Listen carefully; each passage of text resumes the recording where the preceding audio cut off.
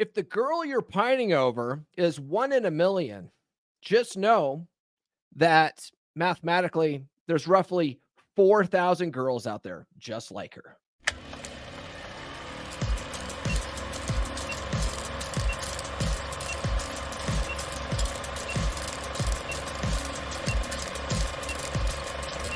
We're going live. No. We'll do it live.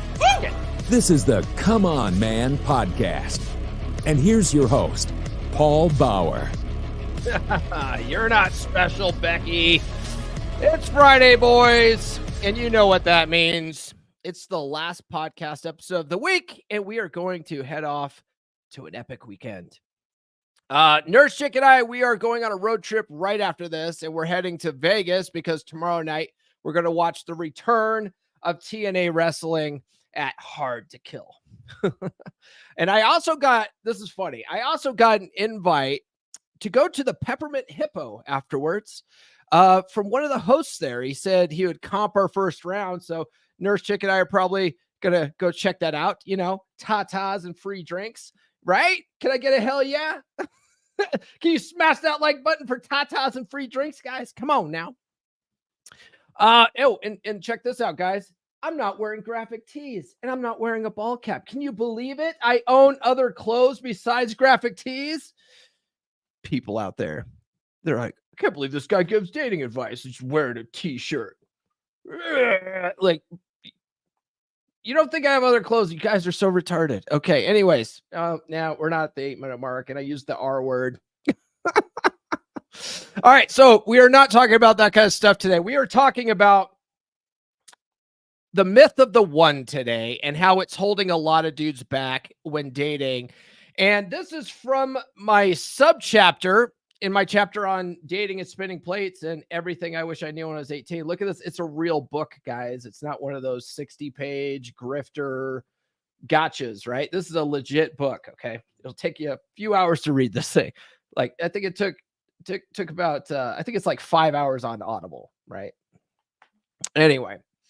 So we're going to get into that today because that really is holding a lot of guys back. Even if they know in their heart of hearts that, you know what, there isn't just one girl out there for me. They always develop one-itis, and it's probably the number one thing that's frustrating you with dating right now. Okay.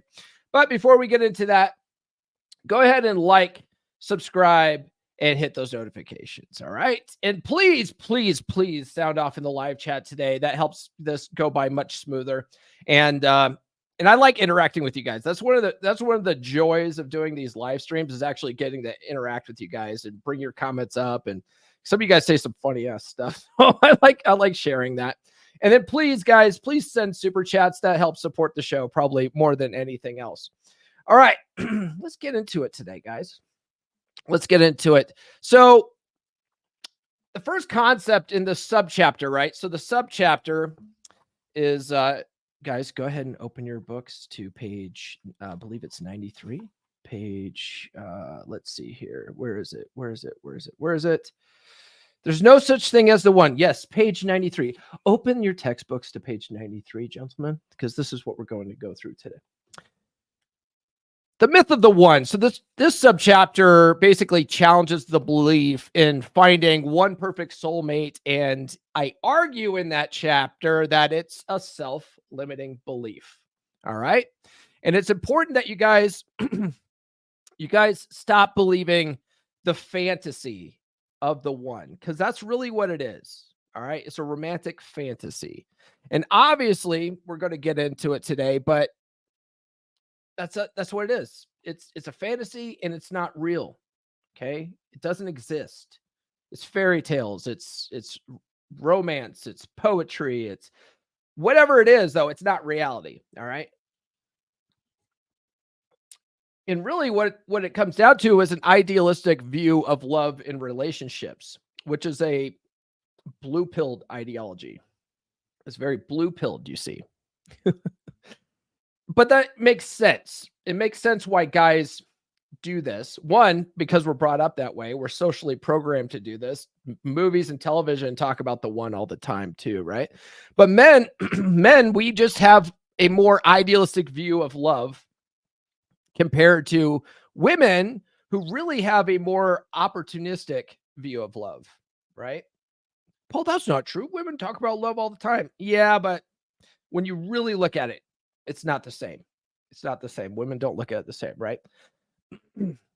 It's pretty counterintuitive because most of us are raised to believe that it's the other way around. That's the women that love love, right? Men just like love, but men really love sex, right? But women, they love love and only kind of like sex. That's not accurate. Men love love too. All right.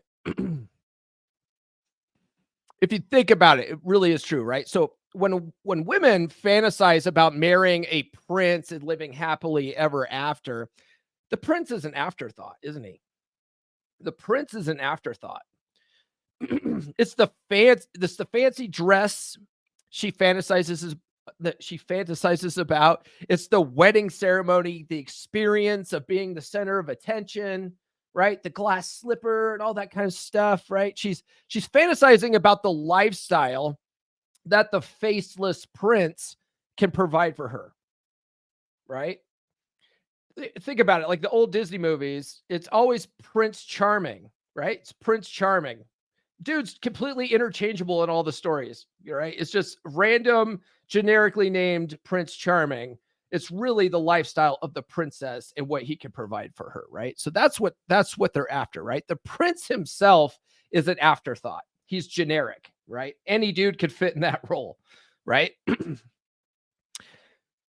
So it's men who are the real romantics.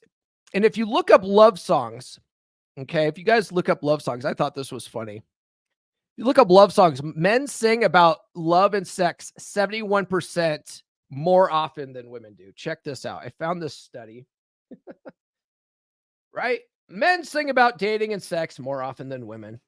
Science Daily. Okay. Now, one thing that they do say, though, is that they're like, well, that's because, it's misogyny. It's there's more male singers out there that are successful than women singers. And it's the patriarchy kind of bullshit. But it's like, no. No, it's just that this is what dudes sing about. Okay. Because guys are in love. I'll drop a link to this in the chat. Speaking of the chat, what the hell are you guys up to this morning? Here we go. Here's the link to that. What do we got here? We got, what about a suit? You could F right off, CW. I don't have a suit. Actually, I do have a couple of suits in my closet, but they're from back when I was a fat guy. I haven't worn a suit in years. I do have a really nice sport coat that I wear when Nurse Chick wants to dress fancy. I put on my nicest jeans and my nicest boots, and I put on a button-down shirt, and I'll put on a sport coat. And I look pretty snazzy, but I'm not dressing in a full-on suit, man. Hey, good morning, Ethan. What's going on, brother? I dressed up. Well, you know what? So right after this, I got to go on a 8-hour road trip, and then I'm meeting up with brother Mike Steele in Vegas, and Aaron Clary and his girl and Nurse Chick, and we're all getting together at a steakhouse, and they don't have like a dress code, but I thought, I'm not going to roll in there wearing my normal t-shirt and jeans. I'm gonna spruce it up a little bit with a Henley shirt at least. Oh, brother Nathan sent a $2 super chat. He says, buy some crypto. Oh, yes, I will. Hell yeah. Thanks, man. And you get this because of crypto. There's an epidemic of gold digging whores in this country. Yes, you got to protect that money by putting it in crypto, guys. Women are in love with love. Yeah. Okay, that does make sense. Wolf study. You shut the hell up, Nathan, with your wolf study. All right, guys, be sure to follow me on social media. The links are in the description for that. Guys, get on the email list.comeonmanpod.com. You get 20 dating app openers. You get a free chapter from my book in PDF format, and then I'll also mail you stickers. If you don't want stickers, for the love of God, just put don't want stickers in the address field, okay? Nothing annoys me more than going down to my post office box and getting a returned envelope, like return, not deliverable as addressed or whatever, or this address doesn't exist, retard. It's like, just say you don't want the stickers, okay? That's okay. I just wanted the dating app openers, man. I'm just trying to get laid over here. Guys, check out my practical law of attraction course, loa.comeonmanpod.com. It's a mindset course. If you want to know more about law of attraction without buying the course, follow along with my Science of Getting Rich series. I'm really just going through that. That's a law of attraction book, and I'm dropping like a lot of free gems in that. So you can follow that whole series along, probably learn most of what you need. Okay. But if you want to go into depth on the practical application of the law of attraction and be able to use it in your own life in an easy way, then check out the course. All right. And then finally, guys, we are going through one of the chapters in the book today. So get the book if you haven't gotten it already. You can get it at books.comeonmanpod.com. I'll play a commercial for that, and then we'll continue with this discussion here. Life is a journey filled with twists and turns. Why is it that essential life lessons aren't taught in school? You probably know that the mitochondria is the powerhouse of the cell, but do you know how to invest in a Roth IRA? We're not taught to build ourselves mentally, physically, and spiritually. The roadmap to success is more than just a college degree. You don't have to follow the traditional route. Success isn't confined to a classroom. It's about discovering your own path. You ever wish that someone handed you a guidebook to life when you were 18? Well, it's never too late to rewrite your story. Everything I wish I knew when I was 18. Advice for young men to create a great life for themselves. This book is your compass, guiding you to pick the right career, how to invest wisely, and how to prepare for a fulfilling future. To take control of your health and your fitness. Learn how to date efficiently and find genuine desire. And master the art of leading healthy relationships. Your path is defined by the choices you make, not by others' expectations. Don't wait until you're 35 to unlock your potential. Order your copy now on Amazon. Rewrite your story. Build the life you deserve.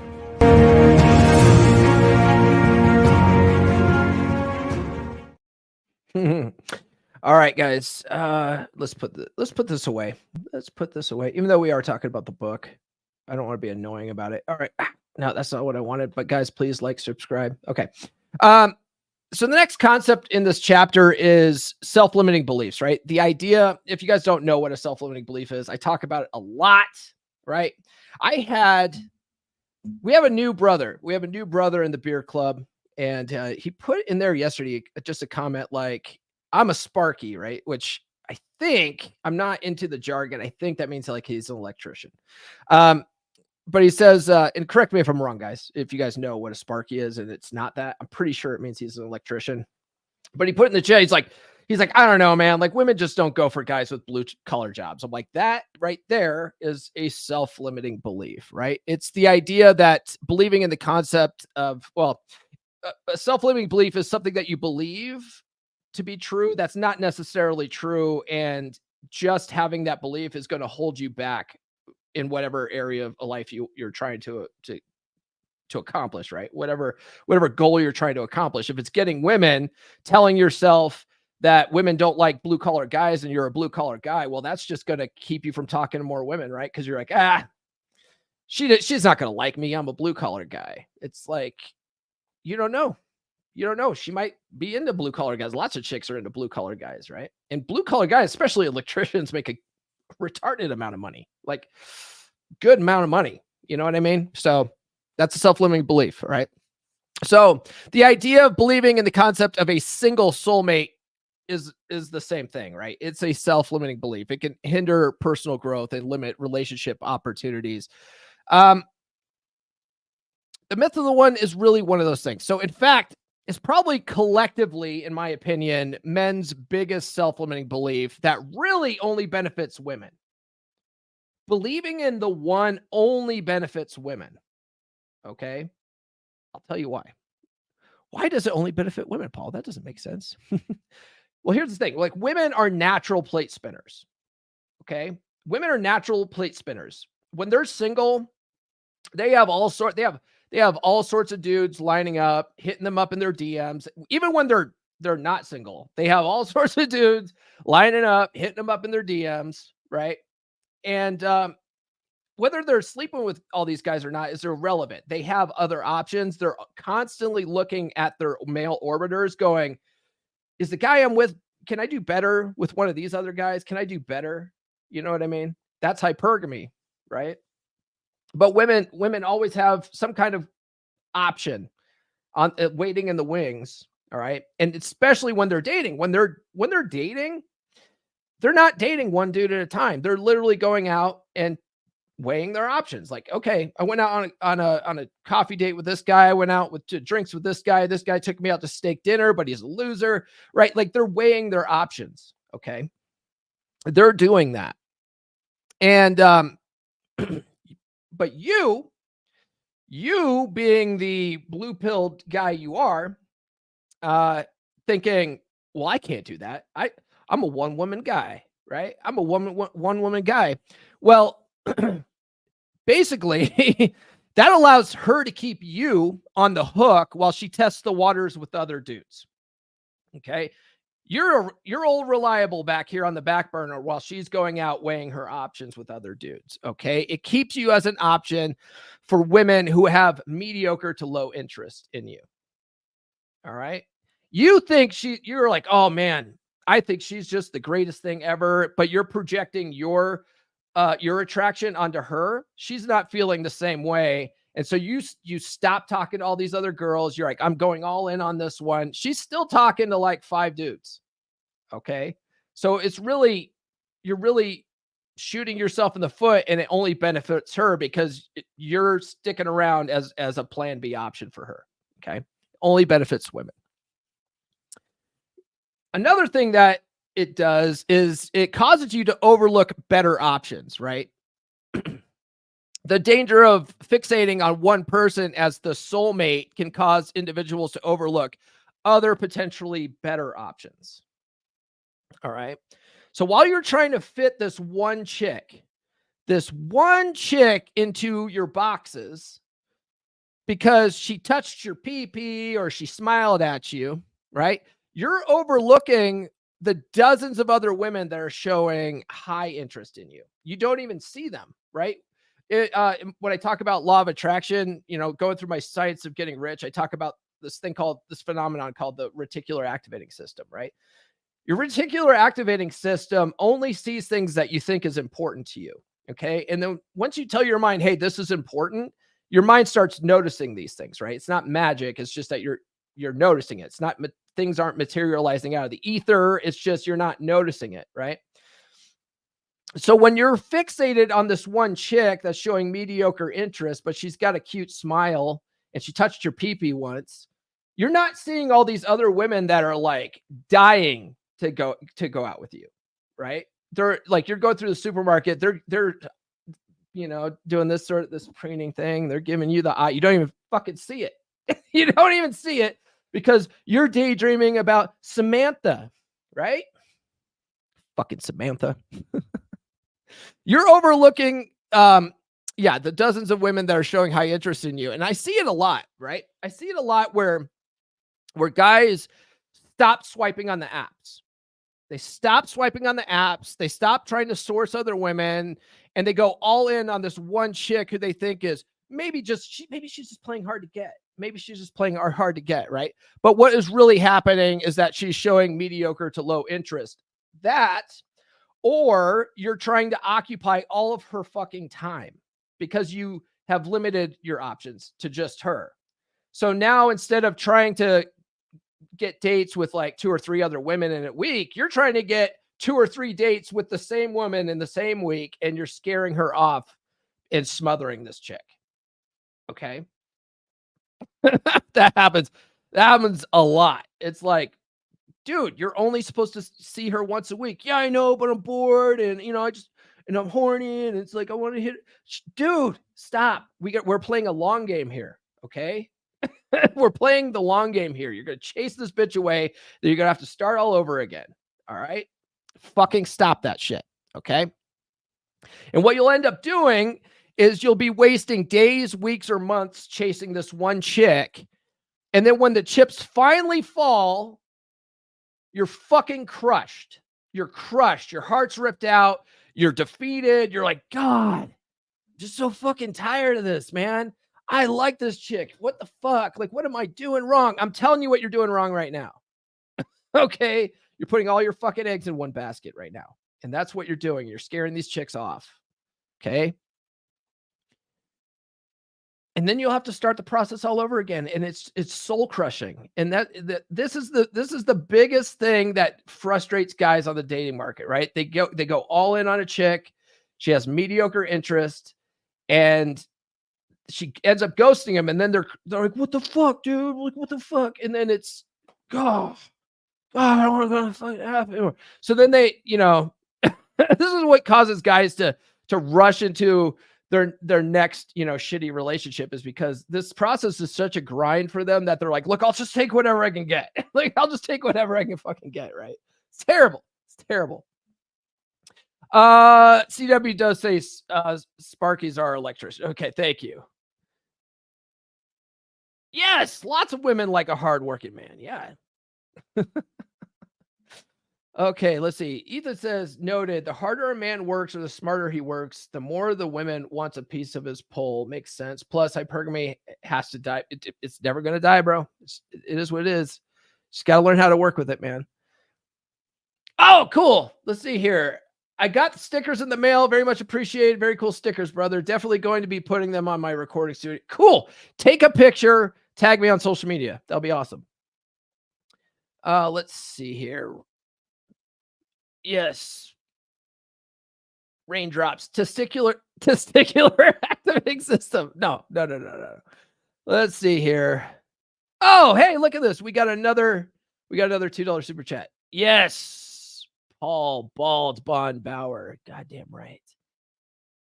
It's funny. Yesterday, I get this all the time, honestly. People, if I don't wear a hat, right? They're like, okay, whatever, Mr. Clean. Right? If I do wear a hat, they're like, why don't you take that hat off? Let me see what you got there. Let me see something. Right? Like, are you trying to insult me, man? Like, are you trying? That's funny. That's funny to me. I posted a thing about it today where it was a picture of Dr. Evil like laughing, going, what people think calling me bald is insulting.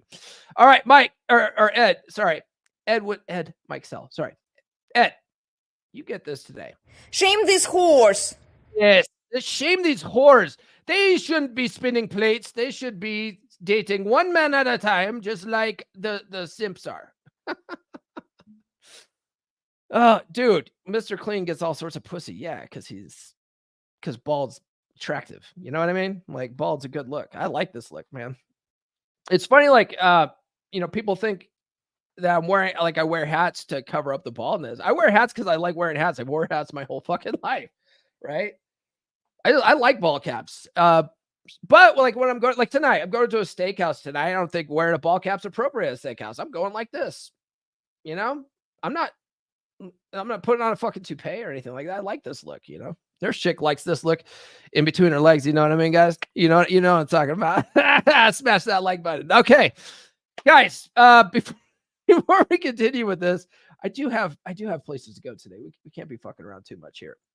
Guys, join the beer club. Join the beer club, beer.comeonmanpod.com. It's a good group for guys. It's a great place for guys to bring their problems to. Like I said, we got a new brother in there yesterday. He's going through some shit. He and his girl are on they're going to Splitsville. And like a day later, after they had this conversation about splitting up, she's already shacking up with another dude. He was absolutely crushed by it. Like rightfully so, in red pill rage mode right now. And I was like, dude, get in the fucking group right now. Get in the fucking group. So he gets in the group, tells the boys the problems. The boys just fucking came to him, man. They're like, all right, bro, this is how we're going to do it. We got a game plan here. Bam, bam, bam, bam. He starts executing the game plan. I guarantee that man was feeling already better, like by yesterday afternoon, just getting in there, chopping it up with the guys giving him some actionable information that he can follow. Cause like a lot of times when we go into this phase, it's like, we have all these emotions. We have no idea what to do with it. We don't know what the fuck to do. It's like, dude, take it to some boys that have been there. We've all been there, right? Who hurt you, Paul? Lots of bitches have hurt me. Okay. Like I've been there. All right. In fact, if you look at my book, the acknowledgments in my book, let me just read you the acknowledgement section of my book real quick, guys. Acknowledgments. Who hurt you? This is a question I often get on social media when I put out a video talking about the nature and psychology of women. My messages on social media aren't really meant to cast stones at women. They are there to shine a light on female nature so that men can better understand it and so that men can use the information to better navigate the sexual marketplace. The fact of the matter is that we've all been hurt by someone. Sometimes we've been hurt by multiple women. Smart men will use this pain as a learning experience so they can grow. And that's exactly what I did. With that being said, I would like to acknowledge the women who have hurt me in my life. You know who you are. There are two main ones, and I'm not going to name them here. They were the catalyst I needed for this journey, and for that, I'm eternally grateful. And I truly am, because that is the catalyst you need to grow, okay? We need that pain so we know not to touch the stove, right? Don't touch the burner, okay? Take this shit to the boys. Okay. It's a good place for that. It's only $10 a month. Okay. Plus, we're meeting up on January 18th for drinks. Okay. And then, guys, if you need one-on-one coaching, it is available. If you go to gumroad.comeonmanpod.com, you can work with me directly. There's 2 options for that. All right, guys, let's continue with this. Back to the soulmates, right? The odds. Let's talk about odds here. It's completely unrealistic. The odds of a soulmate existing, okay? This chapter questions the likelihood of finding the one true soulmate out of billions of people on the planet, okay? So think about it. Think about it. There's roughly 4 billion women on the planet. And this is all in the chapter, okay? What are the odds that your soulmate is living even in the same state as you, let alone the same town? What are the odds? It's astronomical, okay? But Paul, what about the universe? That's in the chapter as well. What I point out in my book, right, is that while there might be, okay, some kind of spiritual soulmate for you provided by the universe, even if that were true, you can't see her because you'll end up pining for some chick who smiled at you once. So you'll never let yourself actually find your soulmate because you'll be blinded. You'll be blinded by this other chick over here. Okay. And then you'll waste days, weeks, and months chasing after the wrong women and never give yourself the opportunity to meet your soulmate. Okay.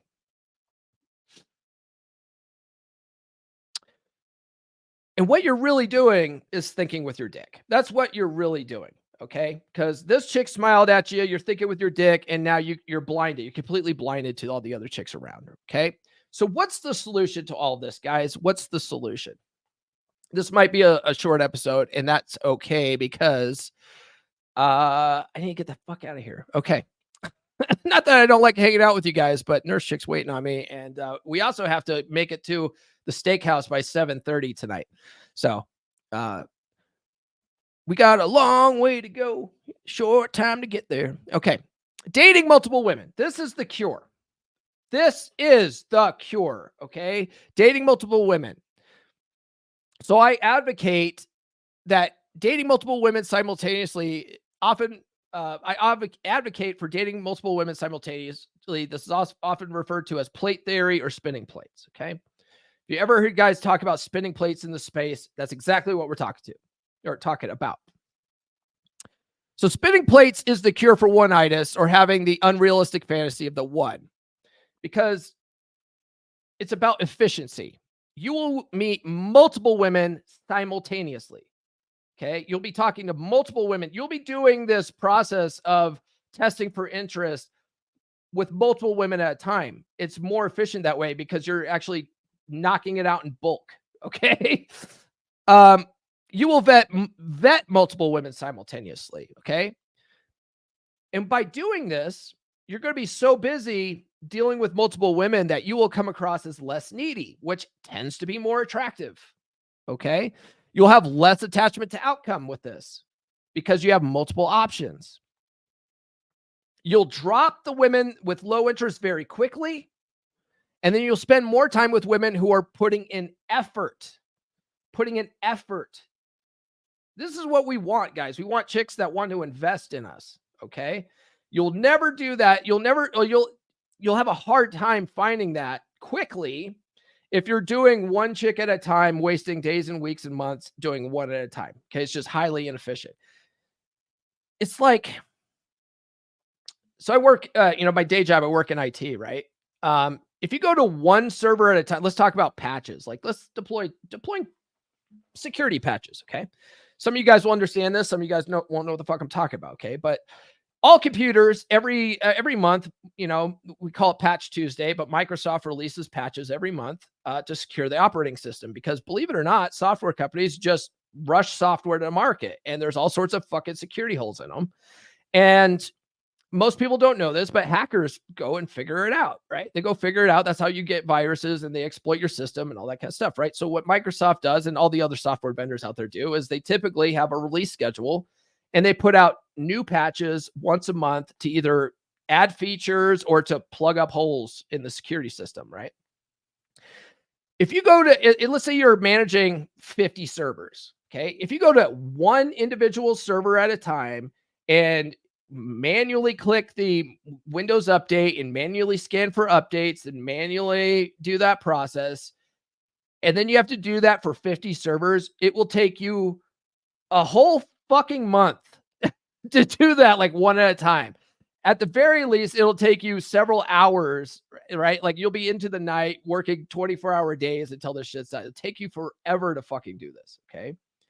So there's tools out there that allow you to automatically schedule updates for a mass amount of servers at once, all right? Now, the servers automatically all get their updates. You can literally patch in about an hour in a single evening sometimes a couple hours. Really depends on how many updates you're behind on, okay?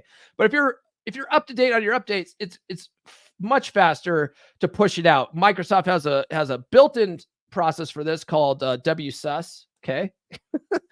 Nerds. And you can patch multiple servers at once. It's highly efficient, okay? That's what we're doing with the dating market. Instead of going to one chick individually and servicing one chick individually and checking for interest levels, we are checking for interest levels in bulk, okay? This is way more efficient, all right? Even if your goal is to find one steady girlfriend, this process is still more efficient for that, because you're going to weed out all the low interest chicks and really find the chick that is stepping up. Okay. That's how you do it. All right. But too many guys are just trying to fit a square peg in a round hole. It's just not fucking working. Right. Oh, women and divorce lawyers want you to believe in the one because they both profit from it.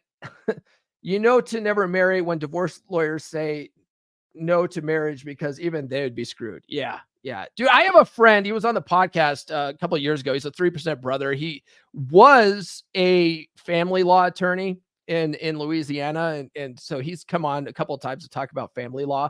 He quit family law. He's like, dude, I can't fucking touch it. It's disgusting. It's a disgusting business. I will never do it again. So he's working with like insurance companies now. He's like, yeah, I'm not doing family law ever again. It's just a dirty business. All right.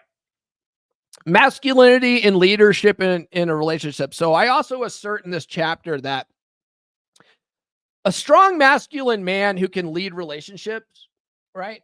He'll actually find it easier to deal with women and have more success in dating multiple women, because like he'll realize that it's not that it's actually easier. It's much easier to deal with multiple women than it is to have a single woman that you're chasing down. Okay.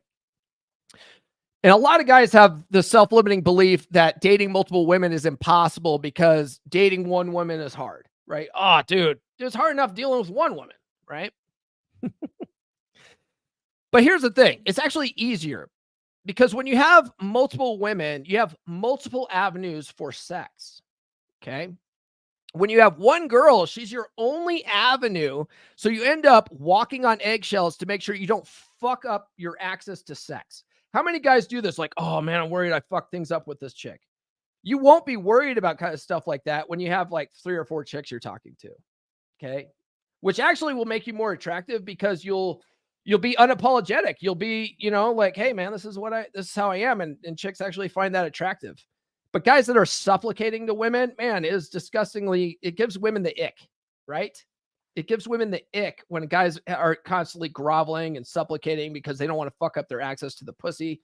But guys who just don't give a shit, like chicks are like, nah, I kind of like that. I kind of like that he doesn't care. I kind of like that I can't get my way with this guy. I caught a little bit of Access Vegas last night, and Mike Certain was arguing that women find a guy that they can't manipulate more attractive. Okay. A guy who's spinning plates, you can't manipulate him because he doesn't give a shit, right? And if you ain't acting right, he's gonna fucking cut you loose, you know? You know what I mean? When you have multiple women, you can next a chick who isn't acting right, and you don't care because there are other vaginas that you have access to. You don't give a shit. You know what, Becky? Fuck off. I don't need this headache. I'm talking to Susan and Stacy over here. Fuck off, right? You have less attachment to outcome, again, because you can next a chick who isn't acting right. Okay. This just isn't working out. All right, fuck it. Right. Or if one chick decides to ghost you or whatever, you don't care as much because there's 3 or 4 other chicks we're talking to. There's a brother in the beer club right now. He's actually doing pretty good. I like this guy. He he's one of those guys who's coachable, and he says something to you and you're like, well, you could try this, and he executes on it. Like he's very coachable. I like this guy. But every once in a while he'll get a match with a chick, and like the conversation might seem like it's going okay, and then she'll unmatch him, and he's like, I'm crushed that she unmatched me. It's like, bro, who fucking cares? Who cares? Like, all this stuff is meaningless until you get her in person anyway, you know? It's all for science. You got to treat it like science, right? Being less attached to outcome causes you to eliminate neediness, which is highly unattractive to women, right? Just being a needy fuck is so disgustingly unattractive to women. And women can smell neediness on a guy like sharks smell blood, right? It also allows you to maintain an air of mystery, okay, which women actually love. Like, did you know, guys, that it's been scientifically proven that women are more attracted to men whose feelings are unclear? Did you know that? If you've read How to Be a 3% Man, you know that. And don't take my word for it, right? Google it. Like, look it up. It's been scientifically proven that women are more attracted to men whose feelings are unclear. There's a study that was conducted that shows this, okay? So the thing is, like, when you're out spinning plates and dealing with multiple women and you're not texting her back right away, you're not immediately available, she's wondering what you're doing. You're being a mystery, right? And she also doesn't know where she stands with you and stuff. Like, that causes her a little bit of what I like to call heat, healthy emotional anticipation and tension, which builds attraction. It actually works in your favor, okay? Women are attracted to men with options, okay? I talk about this. I talk about it a lot in the book, actually, right? But women are more attracted to men with options, and displaying abundance can be beneficial in the dating game, right? So the fact is, there's this mental shortcut with women when it comes to selecting high value men. Okay, I put it in quotes, high value men, because like, what does that even fucking mean, right? It's completely subjective. Your high value. It depends on how the girl views you anyway, right? One girl might not think that you're a high value man. This other chick does. Like, who gives a shit, right? You want to go with the chick that thinks you're a high value man. The thing is, like, really vetting men takes a long time. Okay. And women are racing a biological time clock. Okay. Really getting to know a guy, understanding his frame, shit testing him, just making sure he's the guy that she thinks he is, all this stuff. Women have to do this. They have to do this because they have more of an investment when in the event of a pregnancy. Okay. A guy can get a girl pregnant in like a couple of minutes, right? A couple of minutes, wham, bam, thank you, ma'am. He's on to the next chick. Okay. He can literally in the same day get 10 chicks pregnant. Okay. Each chick that gets pregnant can only get pregnant once. And then when she gets pregnant, she has to deal with those consequences at least for the next 9 months, right? But for the next 18 years. Okay. The guy doesn't necessarily, like, let's say he's some strange guy, some passport bro, and he goes overseas and he sleeps with this chick and gets her pregnant and fucking goes back to the States, never hears from her again. She doesn't have his contact information. She doesn't even know his name and shit like that. She's got to deal with the consequences. He doesn't. Okay. So women actually, they know that they have a higher stake in the game when it comes to sleeping with men. So they biologically want to vet the men they sleep with. Why the fuck wouldn't they? That's why they shit test you. Okay. It's not some evil thing that they do. It's not the devil or whatever. Ethan, I'm talking to you, Ethan. It's not the devil. Okay. It's their biological programming to help protect them because they have more of an investment in this situation. Do you understand what I'm saying? Like, why the fuck wouldn't they do this? So you got to understand that. So vetting a guy properly to make sure he's the right guy that will stick around, that will help support her and her children in the event of a pregnancy takes a long fucking time, right?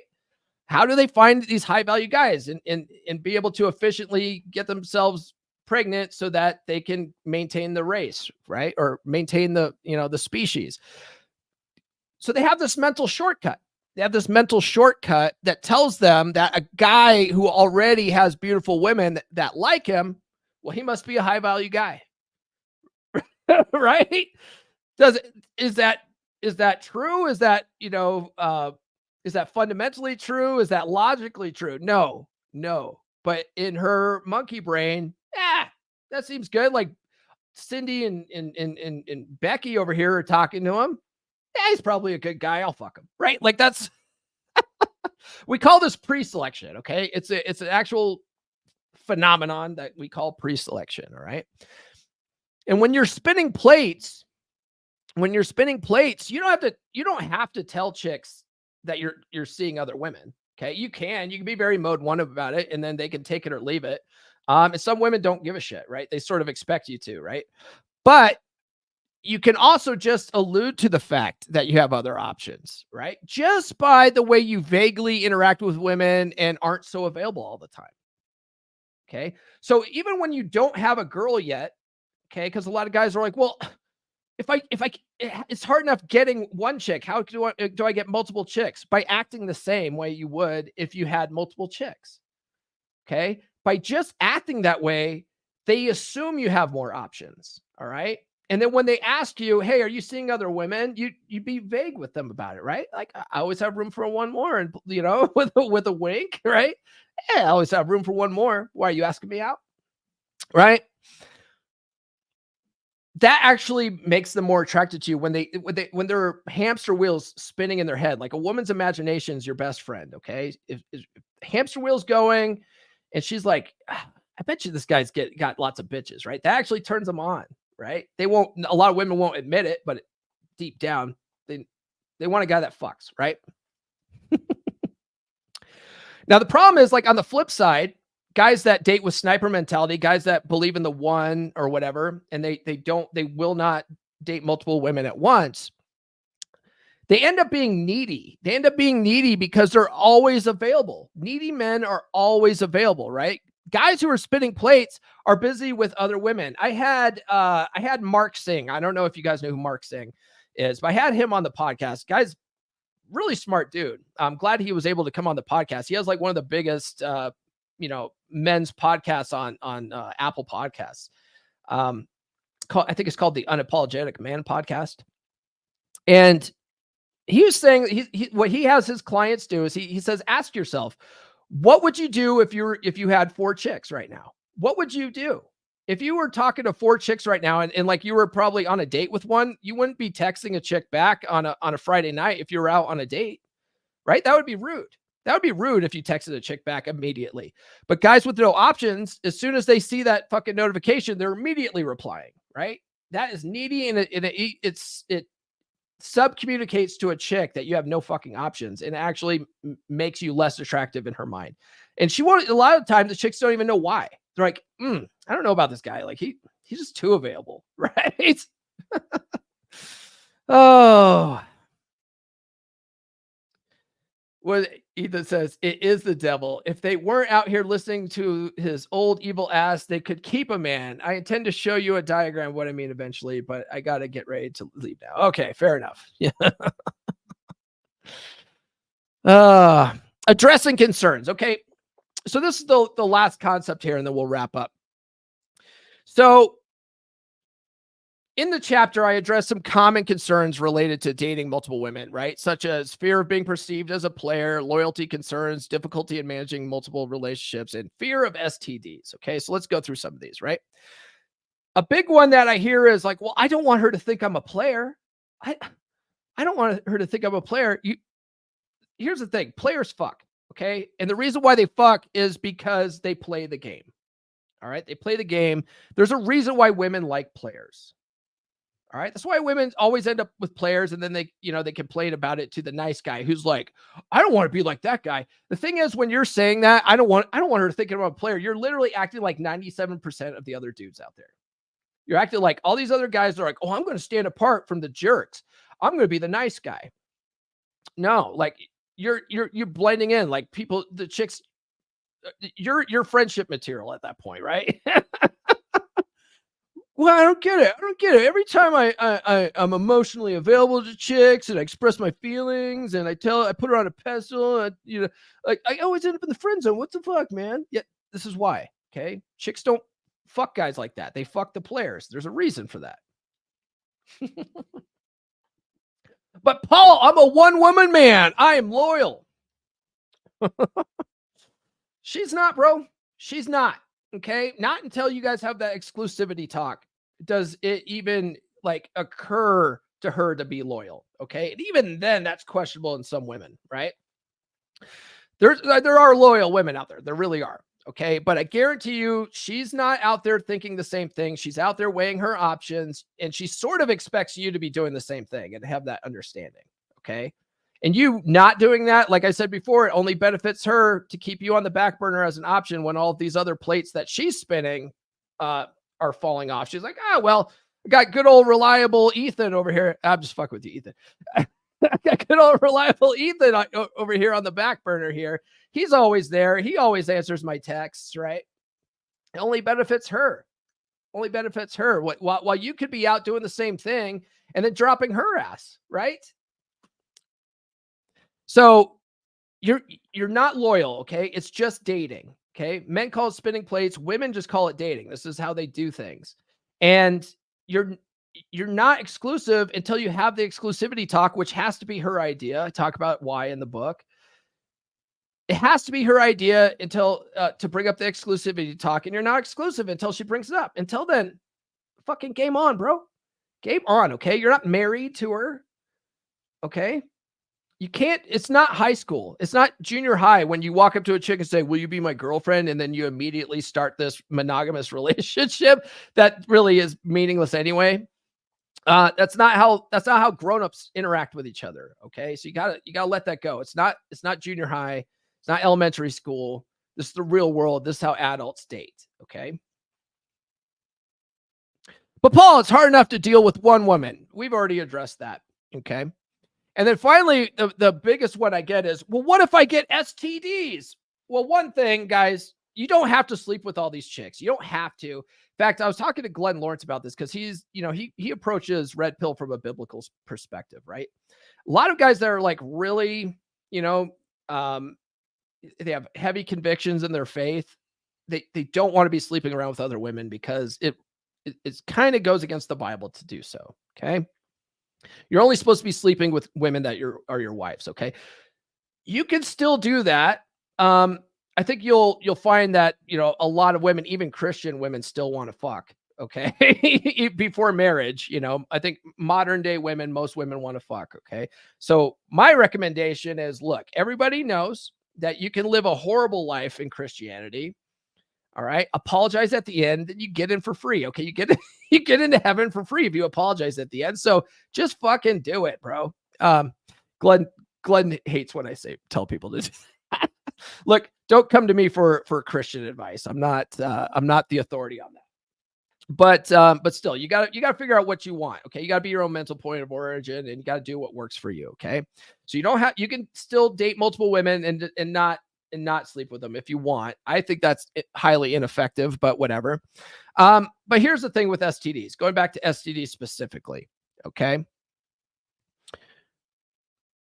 There's like, out of all the STDs out there, there's only 4. There's only 4 that can't be cured, but all of them can be treated. Okay. There's only 4 that can't be cured, and all of them can be treated. All right. Condoms, believe it or not, are actually pretty fucking effective at preventing STDs. All right. There's something like 99% effective. All right. So if you just wear condoms, you're probably going to be okay. All right. Now, Dr. Glover, I quote him in my book, but he says it in his Dating Essentials for Men Frequently Asked Questions book, his 3rd book. He says, basically, I'm paraphrasing here, but he says that guys who are scared of STDs are really just scared of vaginas and the women that have the vaginas. Okay. Men that are overly concerned with STDs are really just scared of vaginas and the women who have them. Okay. And they end up using STDs as a cope to avoid talking to women in general. Okay. So it really just comes down to being a big fucking cope at the end of the day. So wear a condom. You're going to be fine. All right. All right. That's pretty much the subchapter, guys. I hope I made a lot of sense. Maybe hopefully change some of your minds. If you guys still think you're a one-woman guy at the beginning and you have to date with sniper mentality, I'd like to understand your reasoning behind that. So if you're watching on the replay, sound off below. Why are you still a one-woman guy? And are you happy with that? Like, is that working for you?